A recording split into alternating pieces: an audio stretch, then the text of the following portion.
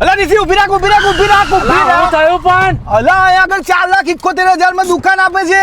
કોણ આપે છે? અલા આ જોતો ખરો. હું વાત કરો છો? અલા ખાલી 4,71,000 માં દુકાન આખી નામે કરી આલે જો.